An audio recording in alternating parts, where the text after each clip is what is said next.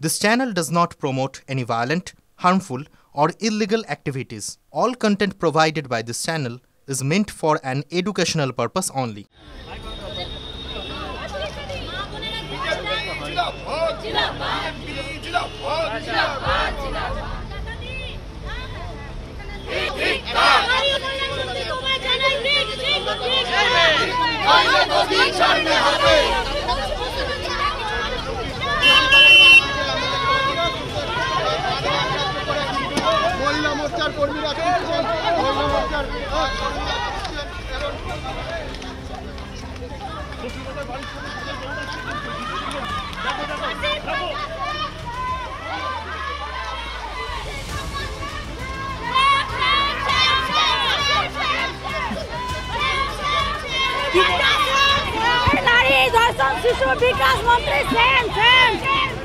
পাশাপাশি শুধু তাই নয়, দেখা যাচ্ছে যে একেবারে মন্ত্রী প্রতিবাদের বাড়ির সামনে দাঁড়িয়ে যে প্রতিবাদ, সেই প্রতিবাদ কিন্তু তারা জানিয়ে যাচ্ছেন। দেখা যাচ্ছে কি বলতে চান,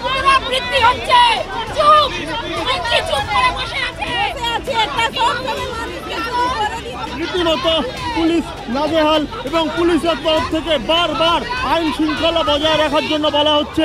খুব স্বাভাবিকভাবেই যথেষ্ট উত্তেজনা ছড়িয়েছে পরিস্থিতিতে এবং রীতিমতো মহিলারা যারা রয়েছেন বিজেপির সমর্থক তারা বলছেন তারা সেইখানে থাকবেন। আপনারা এখানে কি বিক্ষোভ প্রদর্শন করছেন? এখানে দেখা যাচ্ছে যে ইতিমধ্যেই যারা বিক্ষোভ প্রদর্শন করছিলেন পুলিশ তাদের ঠেলতে ঠেলতে এখান থেকে সরিয়ে নিয়ে যাচ্ছে। অর্থাৎ মন্ত্রীর বাড়ির সামনে বিজেপির সমর্থকরা তারা এসে বিক্ষোভ প্রদর্শন করছে এবং রীতিমতো দেখা যাচ্ছে যে ধস্তাধস্তি পরিস্থিতি।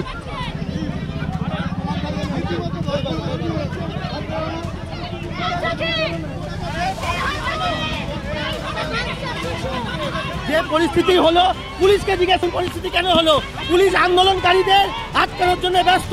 আগে পাকশির থানার মধ্যে তো এটা ছিল তানি ঘটেছে, সেখানে সামলাতে পেরেছে। আমরা দাবি একটাই হচ্ছে, মহিলারা সুরক্ষিত নয় এই বাংলায়, মহিলাদের সুরক্ষিত নয় এই বাংলায়। বারবার সেই দাবি নিয়ে বলছি, পুলিশ মন্ত্রীর পদত্যাগ চাই। থানার মধ্যে জয়নগরে যে ঘটনা ঘটেছে, একটা বাচ্চা মেয়ে সে রক্ষিত হয়েছে, আর এখানে ভাবুন তো আজকে থানার মধ্যে বলছে পাকশির থানার মধ্যে একজন পুলিশ থেকে শ্লীলতাহানি হয়েছে মহিলা পুলিশের। পুলিশ সুরক্ষিত না, পুলিশ কাজ সুরক্ষা দেবে। বিজেপির যখন কুলতলি নিয়ে বিক্ষোভ কর্মসূচি, তার মধ্যেই ধুমধুমার পরিস্থিতি। বিজেপির সমর্থকরা মন্ত্রী শশীবাজার বাড়ির সামনে যাওয়া মাত্রই তাদের সরিয়ে দেওয়া হয় বিশাল সংখ্যক মহিলা পুলিশ বাহিনী। তারপর মন্ত্রীর বাড়ির সামনে যারা ছিল যে মহিলা সমর্থকরা তাদের সরিয়ে দেয়। এই মুহূর্তে দেখা যাচ্ছে যে এখনো পর্যন্ত আবার যে ধরপাকড় অভিযান তা জারি রয়েছে পুলিশের তরফে।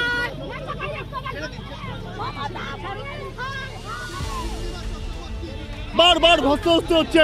রীতিমতো দেখা যাচ্ছে যে মহিলা সমর্থকরা তারা বলছেন তারা এখানে দাঁড়িয়ে থাকবেন, বিজেপি সমর্থকরা তারা এখান থেকে যাবেন না। পুলিশ কিন্তু কার্যত নাছোড়বান্দা, পুলিশও কিন্তু এখান থেকে তাদের বারবার আটক করার যে প্রক্রিয়া তা শুরু করেছে এবং এই জায়গায় যথেষ্ট ধুমধার পরিস্থিতি, যেমন কুলতলিতে তেমন কলকাতায়।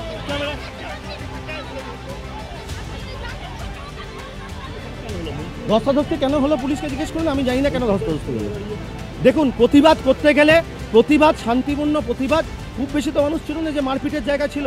শান্তিপূর্ণ প্রতিবাদ, শান্তিপূর্ণ প্রতিবাদে এটা এরকমভাবে এই বারবার করে অন্যায় হতে পারে না। আমরা একটা মাইনরকে রেপ করা হয়েছে বাংলায়, সেখানে